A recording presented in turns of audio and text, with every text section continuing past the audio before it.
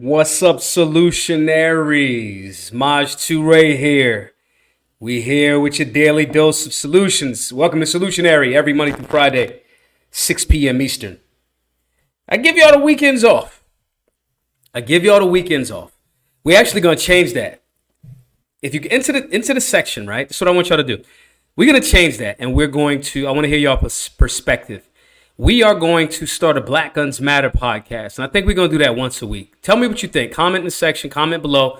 If you're watching on youtube.com/Maj Toure, subscribe.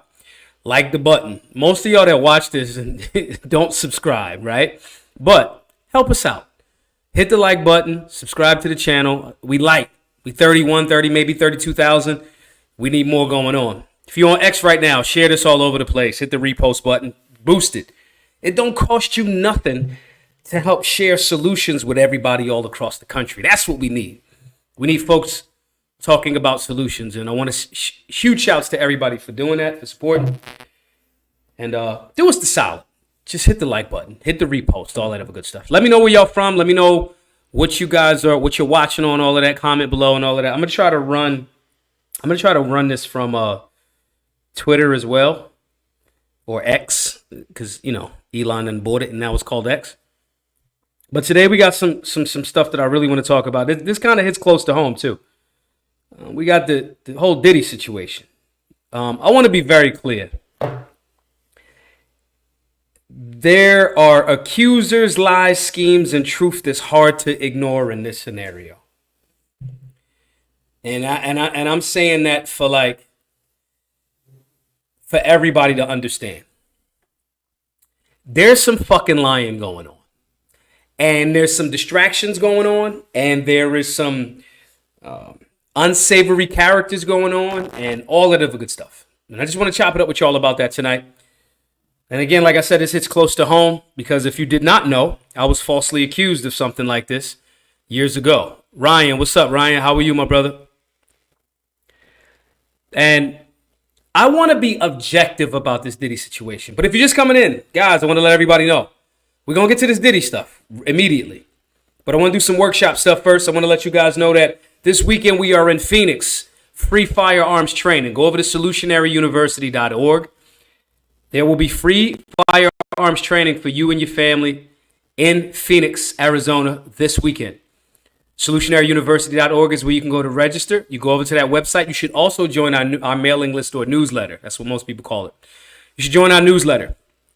And in that newsletter, you'll get stuff on health and fitness. What's up, Simply Deep? How are you? If you're coming in, if you're watching this on YouTube, wherever you're watching it at, comment, okay? Comment. Put some likes up here. Everybody should hit the like button. It's a prerequisite for coming in. Hit the like button. But anyway, if you're in the Phoenix, Arizona area, we'll be there this weekend to give everybody some basic firearms training. It's very important. We got, what do we have left? We have Cleveland. We have St. Louis. We have Newark just added. We just got Chicago last week, and we got Baton Rouge, all in October. So I want to give a huge shout to everybody that's doing that. Everybody that's promoting, talking about this Second Amendment thing, this firearms thing. I want to hear you guys' perspective, too, because I was having a conversation with somebody that I respect today, and he asked me, he said, man, why you don't got a Black Guns Matter podcast? And we about solutions, but a lot of the firearms is solutionary. So we do the solutionary conversation every Monday through Friday at 6. But I thought he was right. And so we are going to make a Black Guns Matter podcast once a week. But I want to hear what you guys say. Comment, give your perspective, and I want to hear from y'all. But again, we got Phoenix this weekend. We got Cleveland. We got St. Louis. We got Baton Rouge. And we got Newark, New Jersey all coming through. And I want to thank you all for making this happen. And we make this happen because of your voluntary support. Volk Revel is from Eagle, Wisconsin. Nathan Poinsett, what's up, brother? Bobby's from Moab, Utah. Who else is this here? Yolanda Ballard is from Louisville, Kentucky. Appreciate y'all. Listen, guys, y'all know how we do this too. This happens because of your donations.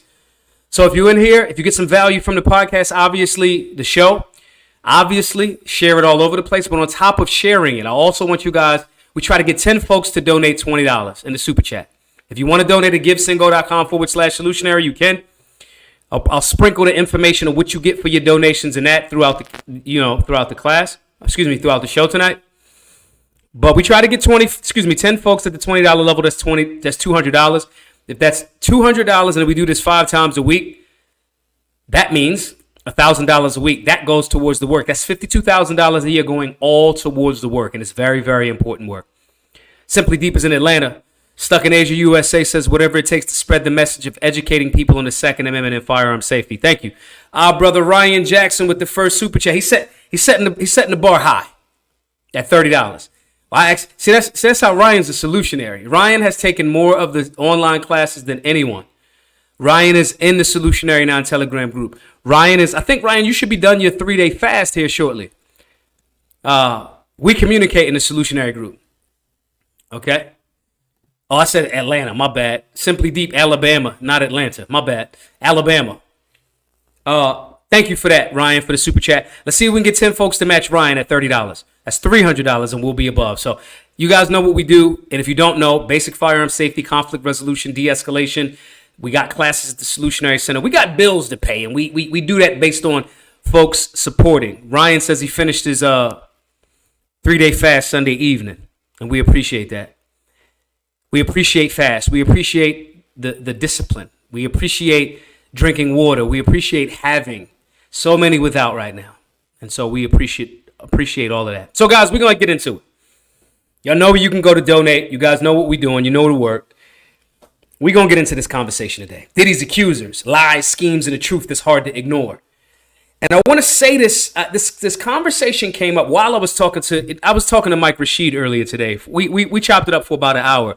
Mike Rashid is a good guy that I respect in the health and fitness community. I talk to people that have a lot more resources than I. And Mike is one of those guys that has good wisdom, that has good position on life, a disciplined dude. And, you know, I would recommend everybody join his Alpha Shred group. I would recommend that. Okay. And so we talked about kind of the Diddy thing. We talked about politics. We talked about the mindset of the people. Good long hour-long conversation today. And so I wanted to dive into something that I noticed yesterday when he brought it up. It was kind of a sign, and it was talking about Diddy's accusers. Okay. And this topic is something that I think if we can turn into a solution, it makes sense. If we're just talking about Diddy and it's a distraction from the real issues going on, we got people in North Carolina, Florida about to get hit with another hurricane. We got people in North Carolina, Florida, South Carolina, Tennessee that were impacted by Hurricane Helene, and they don't give a fuck about Diddy's charges. They give a fuck about electricity, running water, okay? So if we having these conversations about things that are could be bread and circuses, we got to turn them into solutions, because that's what we are. We're solutionaries. And the thing that I brought up about here is this overall attack. And I'm going to go more into this tomorrow on tomorrow's show. But this attack on masculinity, this attack on aggression, this attack on all of these different things. And there's a thin line there. I don't know what happened in Diddy's situation. There's been rumors of parties. There's been rumors of whatever for however many years. There's arguments that he may have been a CIA asset. FBI asset. I have none of those facts. I was invited to a party first years ago in LA. I went. It wasn't a Diddy party, but it was still weird shit happening. And so my lived experience in other men and this attack on straight talk, this current era of, and I think we might be getting to the last of it, but this current era of absolute foolishness as it relates to honesty and villainizing somebody that you don't like, or when it's opportune, even if you pretended like you liked them however long ago. That's something that we need to talk about. And I think no other time or no other person represents that opportunity to have this discussion more than this Diddy case right now. The over 120 Diddy cases, I should say. And we've seen this before. We just saw it. I've seen it in my own individual life. I've seen it play out with Bill Cosby. And 30 years from now, Future might be having the same conversation. Okay? I think there's a thin line between what people are doing and having fun for and what they're calling something else. So I want to read this. Let's start out with this, because this is the one that jumped out at me, y'all. This is the one that 100% jumped out at me. And we are censored to not be able to say some of these things, but we solutionaries and we all family here. So I get to say real talk to y'all. Y'all get to challenge me and we go back and forth a bit. But I want to read this to y'all real quick. Diddy's rape accuser's ex claims she offered a bribe, $3 million if you back my story. I love how they pick the pictures of Diddy and he always looks like the villain now. Just when he was down with Ciroc, he looked like he was a happy playboy. He looked like maybe something like Hugh Hefner would have been his entire life. All right, well, most of his adult life. But now they paint him this way. All right, but let's look at this. This is the accuser. Diddy's latest accuser who's suing him for allegedly raping her and recording it. Tried to get her now ex-boyfriend to corroborate her claim by paying him 7 figures, according to the ex, TMZ has learned. Thalia Graves is suing Diddy and his head of security, Joseph Sherman, for allegedly raping her back in 2001. This is what fucks me up, right? I'm going off script. I'm not reading right now. 2001. It's 2025, you might as well say. A whole Kobe later, a whole 24 later. And now this person is saying these things. That never sits right with me. But anyway, before I get to my personal views, making it all personalized and shit, let's read some more. Thalia Graves is suing Diddy and his head of security, Joseph Sherman, for allegedly raping her back in 2001. And in the suit, she says she was dating one of Diddy's employees who was shown a video of the alleged incident. However, TMZ has seen a November 2023 text exchange between Thalia and the man who was her boyfriend. And in it, she reveals she's planning to sue Diddy because he's the one that has the money. Oh, yeah, the one that has the money. It also appears she offers to give the boyfriend $3 million if he agrees to back her version of the alleged events. After asking him to attest he's seen the alleged video of the incident, the actual text reads, "What do you $3 mil?" That's interesting. We've actually spoken to Thalia's ex, who confirmed the validity of the text messages and told us he interpreted it as an attempted bribe. After receiving the text, he says he blocked Thalia's phone number and also blocked her on social media. Now this is what they do too. They'll try to put somebody with somebody that's convicted. They do this to Trump all of the time too. That one picture, or maybe two, of him with Epstein, and even though the fact that he blocked Epstein's from his clubs and all of this other stuff, they'll use that one picture. So they got this one here with Kevin Spacey, right? When in reality, famous and entertainers all hang out.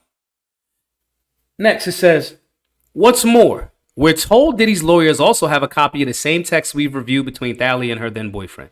Thalia's attorney, Gloria Allred, tells TMZ it is very common that the rich and powerful men and their supporters attempt to discredit, shame, and humiliate accusers who have the courage to come forward. The complaint speaks for itself. Our client is looking forward to her day in court. Of course her attorney is going to say that. Oh, they're trying to do my client dirty because rich and powerful men somehow have control over women from 20 years ago, and they don't. It's no way that they could possibly be jumping out there to try to get a bag, as she said in a fucking text. This grinds my gears because it gets in the way of actual victims. Actual victims. Let's read some more. You'll recall Allred and Graves held a news conference after filing the lawsuit, which was incredibly emotional. Thalia sobbed as she talked about the physical and mental trauma caused by the alleged rape. Since the lawsuit was filed, Diddy's former security head claims he has never met Thalia Graves and was not working for Diddy at the time of the alleged assault. Guys, this is like the biggest cat, and I'm sorry, I'm just tired of pretending. I am tired of pretending with y'all like all of these women and sometimes men are all righteous. I thought we learned from the fake ass Me Too movement. I think this pendulum swings too far either way. It starts to go, everything that every man does is horrible. And it's like, hold up, no. Then it goes, because it was nothing that men do is wrong. And then it reverses. Believe all women. Believe all women. Okay? And that believe all women shit is cat. I'm not believing all women. I'm definitely not believing the women that lied on me. Okay? Or woman. I'm just not doing it. These are the things that this is an attack on masculinity. And when I say that, I want to bring up some actual videos. Because, you know, and the levels of fucking goofery that's happening right now.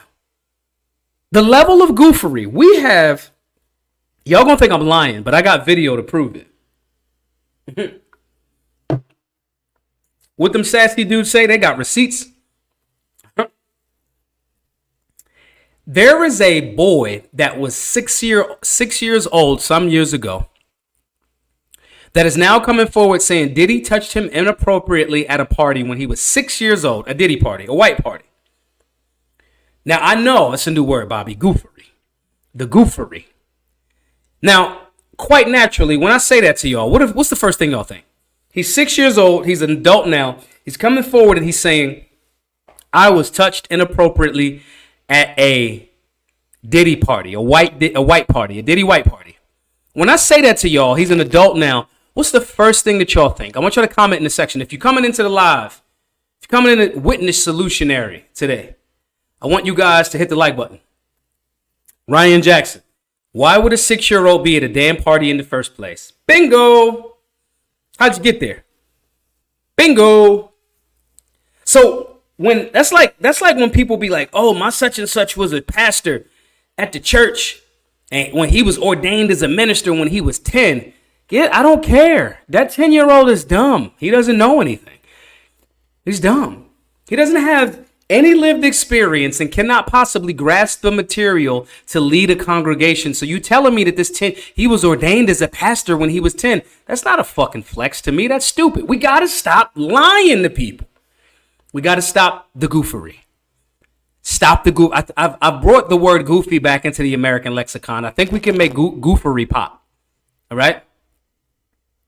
But I want to play this for y'all real quick. I want y'all to look at this. And this is tying into all of where we're going as it relates to my current view that I don't believe 99% of these bitches.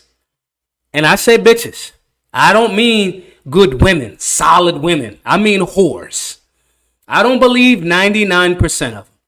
And I'm just tired of pretending and acting like I don't get to express my truth about how most of these girls be lying. My lived experience is somebody lying on me.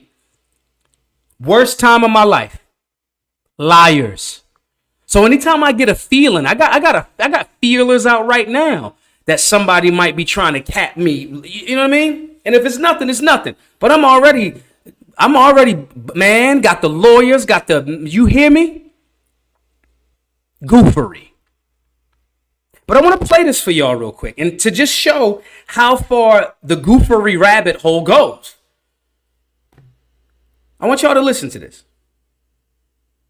Hold up. Let me run this back real quick. Hold on 1 second, y'all. You make sure my volume up so I can hear it too. Goofery. Let me make sure I ain't on. Okay. We good on this? Okay, we should be good. Hey, let me know if y'all can hear this, all right? Let me know in the chat.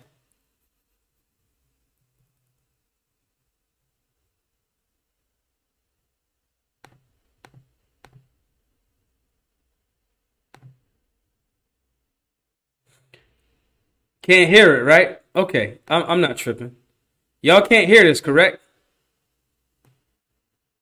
All right, let's see about now. White party? The disgraced mogul has his arm draped around a young Justin Liptowski back in 1999. Justin is now 31 and tells Inside Edition about taking that photo. He put his arm around me in an uncomfortable way, close to areas that you shouldn't as a grown man. He recalls what he saw at the party. So I remember marijuana and topless women. That's the...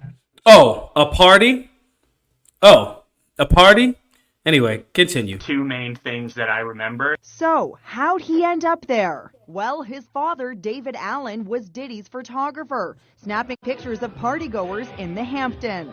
Justin's mom, Maya, was also there. She says the party was family-friendly at first, but then turned raunchy. People were getting high. There were girls swimming topless, young-looking girls that were, not dressed. We moved to another part of the house so that he wouldn't be exposed to what was going on. In later years, Diddy implemented a curfew for children. The kids have like an hour left.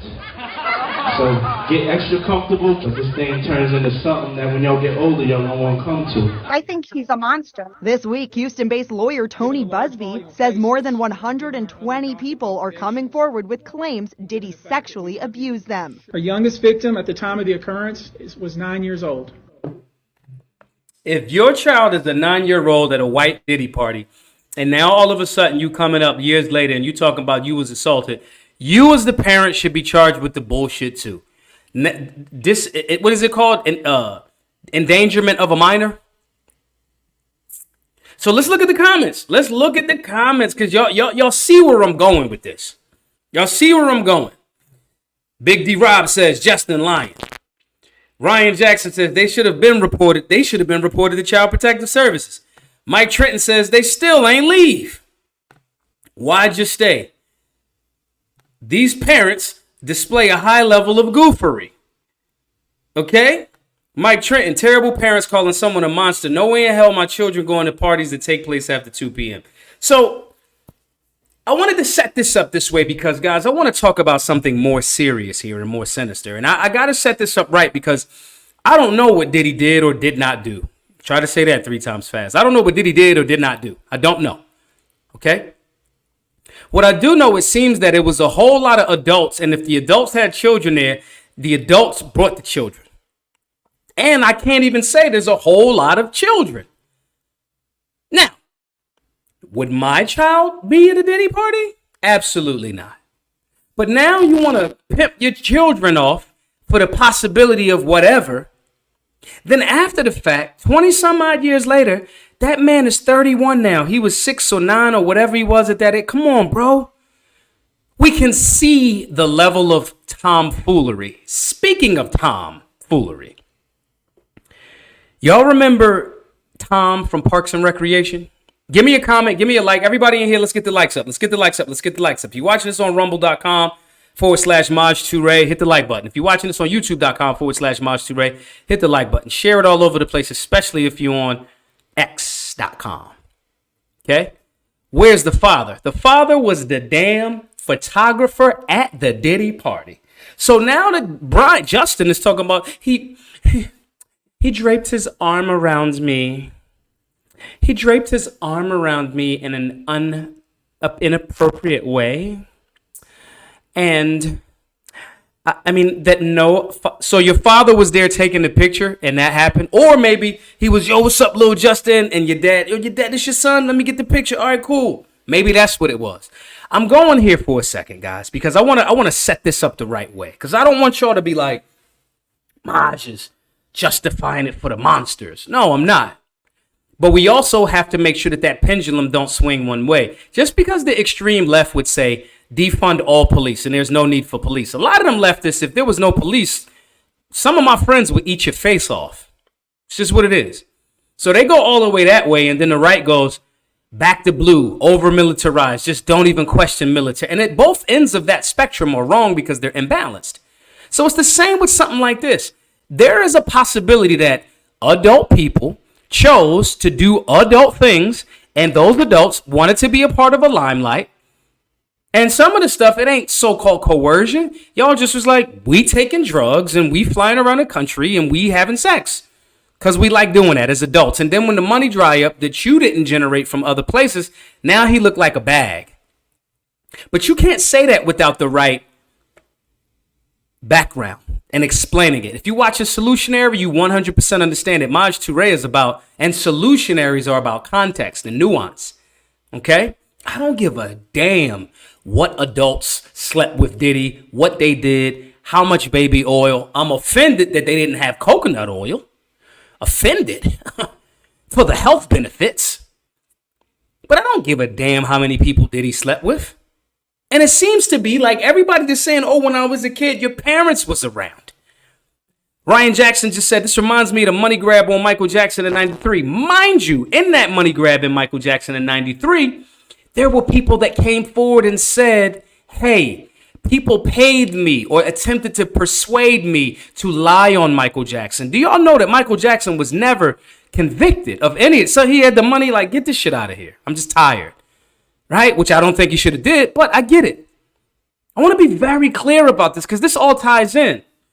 And this is not a conspiracy theory to say Diddy was about to end poverty, but Diddy was putting together an all-black political party. Did y'all hear about that? Seems that this shit happened with Bill Cosby right after he was about to buy NBC. Seems like the situation with Michael Jackson seemed to happen right after he was thinking about, he had already collected the Beatles catalog. And then right after that, he's thinking about buying Sony. And now all of this happens. Now, I'm not a person that's going to act like these men are like perfect and there's no way that this could have happened. I don't know. But what I do know is some of these things start to look very, very suspect. So Diddy's doing this thing as it relates to hey, let me not be with Ciroc or Diageo anymore. The wine and spirits industry is very, very cutthroat. I'm not with them. He do this De Leon thing and want to do the tequila thing himself. And the all-black party, this just starts to look weird. And even if he was doing these things too, the other argument becomes, okay, well, if the feds knew about this for however long, or if it was the rumor for however long, and they never thought to look into it, were you guys complicit? And other puppet masters were saying, he's got to be fed to the lions now. Which leaves us to this point. The accusers. Because everybody like, oh, it's 100 people that came forward. Listen, man. As many women as I told aggressive shit in my lifetime, if I get to a certain level of fame, women, man, let's go back to Tom. Before I even get to that, let's go to Tom. Because we're talking about the tomfoolery of the victims. And this vague line and this attack on masculinity and straightforward aggression. Y'all remember Tom, Parks and Recreation? The Indian bull? His name was Aziz Ansari. Give me by a show of hands with likes. Give me a comment if you remember Aziz Ansari from Parks and Recreation. Bookworm, what's up? Bookworm said nobody cared about the all-black party. Let's be real. And that was only a way to siphon black people that were starting to leave the Democrats. Okay. You trying to leave people off our Democratic plantation. Fuck you. And we know some shit about you. Cool. Maybe nobody was serious about it. Maybe not. Cool. But you're not doing the thing that we hired you to do if we hired you to do it. It's the same conversation I have about Saddam Hussein. As long as Saddam Hussein was keeping certain parts of that carved out region in alignment with the interests that the deep state wanted, he's cool. Soon as he start pushing a back against that, he's a villain. Let's hang him. Boom. Let's show media having parties in the street of his people happy that he died. That did the same thing to Gaddafi. This is not separate to me. And again, I'm not here to defend potentially what Diddy did or did not do. I wasn't there. I'm not a fan of like orgies. I've never been in a 3-man or 2-man with a 1 chick in my life. I think it's weird. It's like somebody eating off your plate. I'm not here for that. Leave my food alone. Leave it alone. Leave my gobbler to my, you know what I mean? Let me have my own gobbler. That's me personally. That's Maj to Ray personally. I want my own gobbler. Okay? Let's not come in here with the goofery thinking you're gonna get a 2-man with me and this beautiful woman that I got. I need my own individual private gobbler. That's me. But that doesn't, the libertarian in me does not judge anybody for doing whatever they into. What they into is what they into.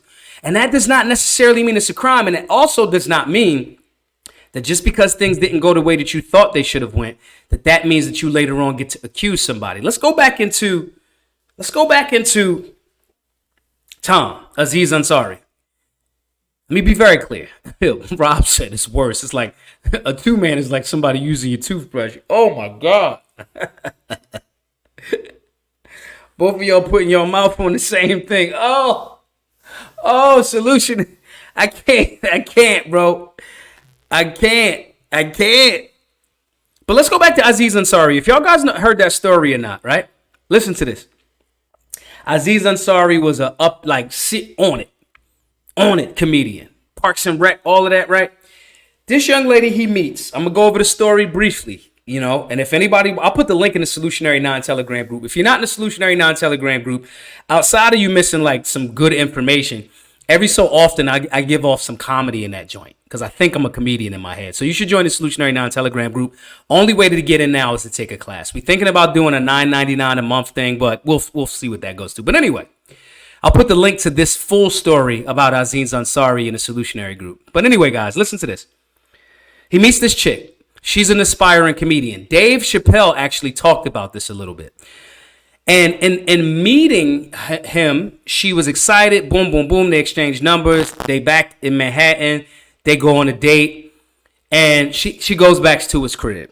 He wants to smash, right? He wants to smash. He's telling her, like whatever, is going that direction. She gives him a BJ twice. He does the deed on her as well. They get physical, whatever. She leaves. She goes and tells her friend that writes for whatever news magazine or whatever. And I think you were assaulted. Then she writes the homegirl writes the story. Even though the shorty says he did not force me, he did not threaten me, but he did not pay attention to my nonverbal cues. She gave him a BJ twice in that situation. You haven't seen or heard of Aziz Ansari since then. He didn't have the heart as somebody like me to step up and go, yo, this bitch is lying. And she gobbled me down twice. And he played oh no, I'm a feminist. I'm a such and such and such. And I apologize, but it wasn't. And fortunately, the chick said he didn't threaten me and he didn't force me, but he didn't pay attention to my non-verbal cues. And she gave him 2 BJs that night. We're at this point in the game where there's not a clean, defined line of what sexual assault is. Let's reverse it. If I tell y'all, as solutionaries, I say, listen, guys, there's this big, strong dude, and he's very powerful, and he told me if I don't gobble him up, I don't gobble him up, right? He gonna make it hard for me in the Second Amendment community. So y'all, I just got down on bended knee and did the deed. Pause. I had to gobble him up because and then 20 years later, I tell this story. Y'all gonna be like, Maj, if you don't get the fuck out of here, he didn't force you. He didn't rape you. He said, like the girl claims Aziz Ansari did, like, hey, what's up? Gobble me up. We have to be very, very clear on what these defined lines are for these situations because of the fact that if not, we will be in a space where somebody goes, I can just say a thing and then it becomes, oh, that must be true. I could just say he did X, Y, and Z. Rape is forced. And all of this like, oh, they coerced me. It's so ironic that we hear government agencies try to use that word. Meanwhile, in 2020 and 2021, they tried to coerce you to put something in your body that you might not have wanted. They said, you better take this jab. You're not going to be able to participate in society if you don't. And this speaks to a bigger thing. We're talking about Solutionary every Monday through Friday at 6 p.m. We're not talking about this just to be having a discussion about Diddy's case. We're talking about the bigger ramifications and implications of what they're trying to shift on the public. There needs to be a clear distinction.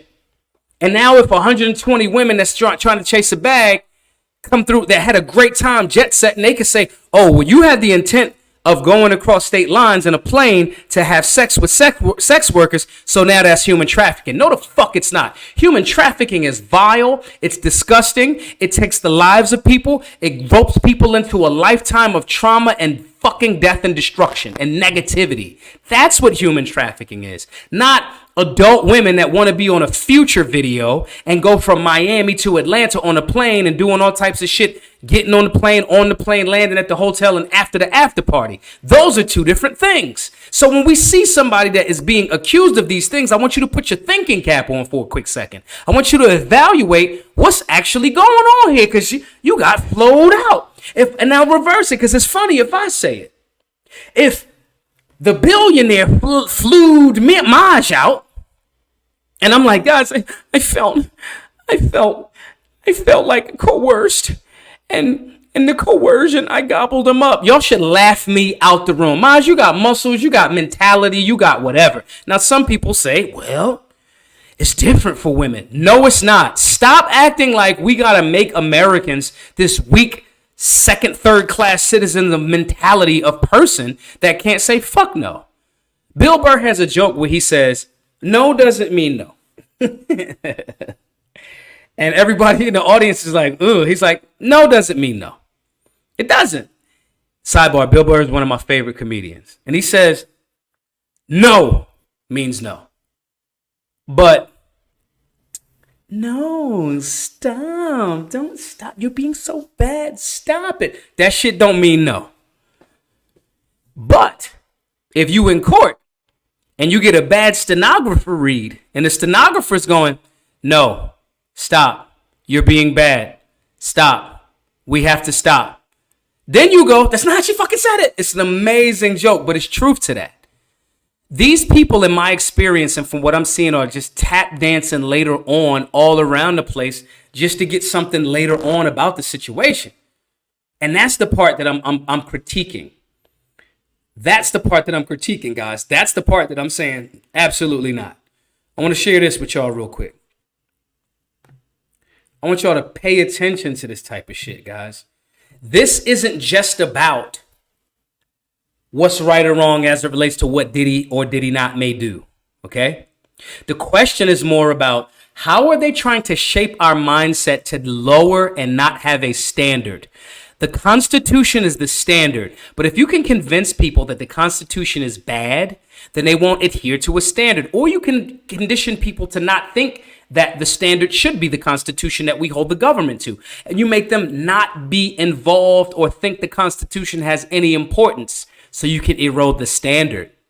When you have the conversation about, like we said a few days ago, all of the people talking about, oh, we got to censor X, we got to censor social media platforms. That is government trying to work a roundabout way to censor the people so they don't get caught in violating the First Amendment. That's them trying to do a workaround. But the standard is free speech, and limited government means you as the government shouldn't have anything to fucking say about what happens on social media platforms.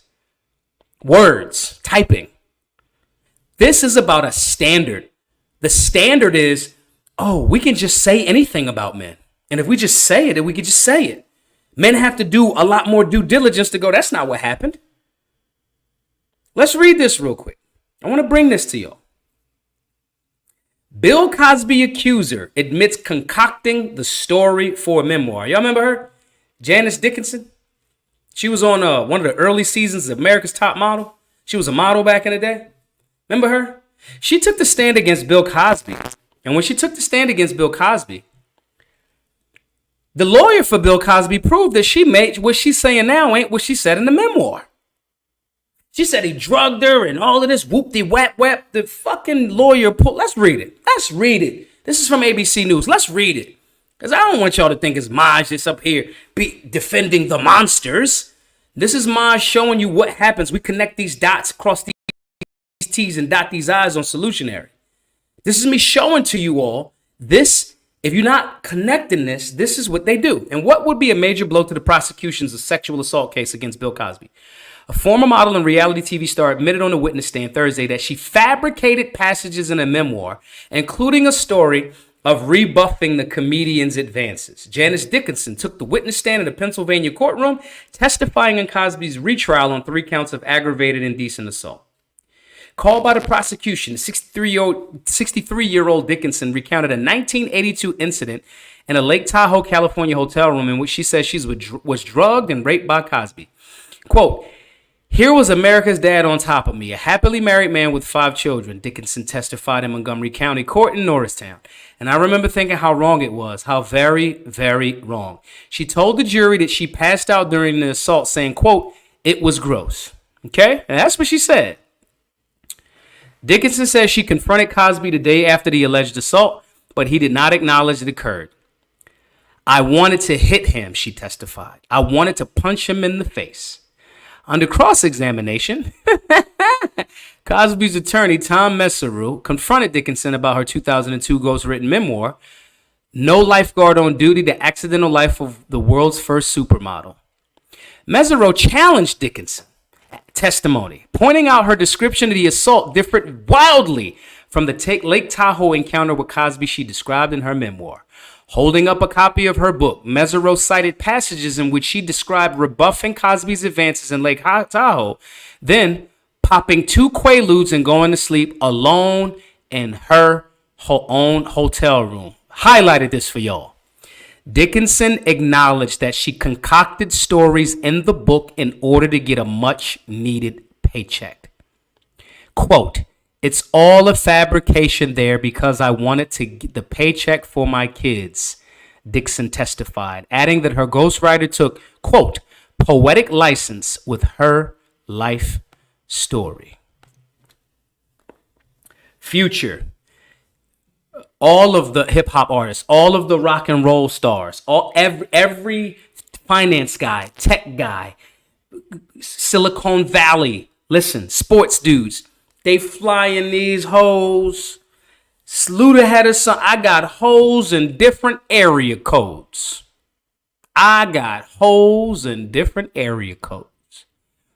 So all of these people that are agreeing to take drugs, Quaalude was the drug of choice. If you don't know what a Quaalude is, if you ever saw, the Leonardo DiCaprio movie, Wolf of Wall Street. Okay? If you ever saw that movie, the drugs that he took and he thought they didn't work and he could barely get into the Lamborghini Countach, those were Quaaludes. Those were the Mollies and Percocets of that day. It's an old drug. They don't even make them anymore. Okay? So all of the people that are taking Mollies, Perks, Fetty Wap, H, Coke, weed, drinks, all of that stuff and getting on planes, ecstasy, all of those people that are taking that with the drug, if they become billionaire status and something go wrong and they looking like they falling from grace, that's when the wolves attack. Even though they were 1,000% on board with the drug taking, even though they were 1,000% on board with the sexual episodes, even though some of these parents bring their damn 6-year-old to a Diddy party where the dad is the photographer, you snap a picture, and then 30 years later, you want to pretend as if it was something going on. Even in that video that we played earlier today, even in that video, they showcase Diddy saying, hey, the kids got to leave at a certain time because da-da-da. Now, maybe you kids will want to come to something when you're older, but always look beyond what is made, massively presented, and available to the general public, solutionaries. That's the solution for today.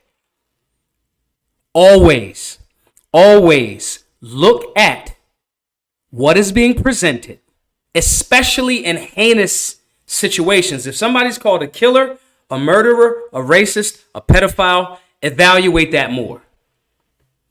Who did they create an enemy with? And it may just be that they are what they are. It may be that. But when you have 120 people that's down with potentially down with a lifestyle, and I seem to hear nobody saying 2 days later or the day of, he beat me up and he raped me. Because that needs to be the standard. So always objectively look at these situations, especially when they're trying to package somebody and discredit them. Always look extra. The easiest way to discredit somebody is to call them a pedophile and to call them a rapist and call them a murderer. Because those are heinous things. But everything in the modern era of the propaganda, of the fake news, the media, the most effective devil in America, everything is being weaponized. Do not allow them to rob you of your common sense, logic, and objective thought and critical thinking to evaluate these things. Tie some things in. Maybe this don't fit, but it does seem a little strange to me that this happened if this was supposed to have been going on for 30 years. You could even distill it down a little bit more clearer. So you, as the Department of Justice, the FBI, you charging Diddy for this sex crimes and whatever, supposedly, right? But we all saw what he did to Cassie. Why didn't y'all charge him for physical assault on Cassie? Because you don't give a fuck. These are the things that we have to not be reactionary to. We have to be solutionary about. Evaluate these things, solutionaries. We're not just on here talking about Diddy for Diddy's sake. And I'm not saying, I personally believe that most of the people, if not all, most of the people outside of Cassie, because Cassie was trying to get away, we have proof and evidence. He hit her. Charge him for it. However, no. You down with something? You cool with it? No. I'm not with that. Evaluate every person that's attempted to be villainized. When Dr. Martin Luther King was doing his thing back in the 60s, he was America's most hated man. Now the government sells stamps with his image on it. And after it was proven that they had something to do with his murder, the civil case, and I think 2008, if I'm not mistaken, 2008 or 2018, when it was proven that the CIA and the deep state had something to do with that, do you know how much they gave his estate? $1. $1. 1998, whatever year it was. $1. Pay attention, solutionaries. Pay attention. Everything ain't always as it seems. Context, nuance, layers. You are a solutionary, which means you are a force multiplier for good, for justice, for righteousness, for human rights, for our highest alignment, which is the truth. And you cannot do that if you're allowed, or you allow yourself to be tricked out of your spot and just jump out there without some critical thinking. It's very, very important. Anyway, guys, it's a good place to land. Thank you all for tapping into Solutionary every Monday through Friday, 6 p.m. We chop it up about the pop culture issues. We turn them into solutions because we are solutionaries. Guys, we got no super chats. We got our brother Trenton. Excuse me, not Mike Trenton, but our brother Ryan Jackson with the $30 super chat. If anybody wants to super chat, please do it now. While I'm talking about the tour. Phoenix this weekend. Please, guys, we need everybody to promote the classes. Even if you can't donate towards the work, promote the classes. GiveSingo.com/solutionary. Down there is where you see that. That's where you can donate. But solutionaryuniversity.org is where you can promote the classes. If you follow me on any of your social media platforms, you'll see the Phoenix flyer. Or just ask me, yo, Maj, DM me the flyer to the Phoenix class or the St. Louis class or the Baton Rouge class or whatever. Solutionaryuniversity.org is where you go to do that. We need all the support we can. GiveSingo.com/solutionary. Donate. We got about, let me read this actually. I know exactly how many it is. Let me make sure. Let's see here. We need, how many? We are $12,358 away from our next benchmark. That's 124 $100 donors. Okay? So we need 124 people to give $100. If you give at the $100 level, obviously you guys get access to all of the online classes, basic firearms, civics. Anybody that's taken any of these classes, please jump in the comment section and comment what your experience is with taking the classes. But anyway, civics is on Monday. Firearms basics is on Wednesday. Understanding imminent threat is on Friday. You get a curriculum for all three of those classes. You get 50% off of the t-shirt of the month every month. You get access to the Solutionary 9 Telegram group, health and fitness, macros, workout plan, dry fire drills. Just over 1,000 people in that community just supporting the community all over the place. We got folks in Florida. Some people are communicating offline that have met in the Solutionary group to help get resources and help people batten down the hatches for this hurricane that's about to be tapping down in Florida. I was so proud to see that. So proud. But this is all in the Solutionary 9 group. You also have access to, you will become an affiliate where you can make 15 to 20%. I can't remember what number we land on. But for selling the merchandise, okay? All of the Black Guns Matter merch and things like that. This is for you giving at the $100 level. Bobby Baltimore just said, civics class was dope. Get those kids the knowledge they need about the country, how the country should be ran. Let's build a better future through knowledge. 100%. Okay, guys? And the only other way to get in the Solutionary 9 group is to donate or take a class. It's the only way you can get in. So if you guys do have $100 to donate, we need to get our next benchmark, we need 124 more donors at the $100 level. And if you're giving that much, you get all of those things as well. Very, very important. As far as the like merchandise, y'all can just piggyback. When I post stuff about the merch, you get your own link and the person buys from your link. And when they buy from your link, you get the commission, right? So I would just turn my post notifications on. When I post something about the merch, throw your links under it, okay? And all of the people that you run into that say, yo, where'd you get that shirt? If you got BGM merch, Solutionary merch, yo, I got it here. Just give them your link. And so you can get that $100 back. It's not about selling y'all the classes. It's about working together as a collective, and we need the help. We 100% need the help. So anyway, guys, Ryan just said, the classes are extremely informative, and I highly recommend everyone takes these. Let me see what Simply Deep says. Okay, we got some ratchet shit. Let's end on the ratchet shit. Simply Deep says, how to respond to getting enticed into something naughty by your lady alone in an area other than your house where no one is around. If I want to answer that. Hey, listen, we adults, baby, and it's my lady. If what the queen wants, the queen gets. We are consenting adults. We're going to follow the confines of the law. We're going to make sure we're not exposing ourselves to no babies around. I want to get that out the way because people chop shit up on the internet. But consenting adults are consenting adults. And if you want to bring some spice into the life, if my queen want to bring some spice, you never know. My queen might pop up in Phoenix. You never know. You never know out here. But anyway, guys, thank you guys for tapping in. Share this live all over the place. Share this on x.com/Maj2Ray999, rumble.com/Maj2Ray, youtube.com/Maj2Ray. Subscribe to all of these channels.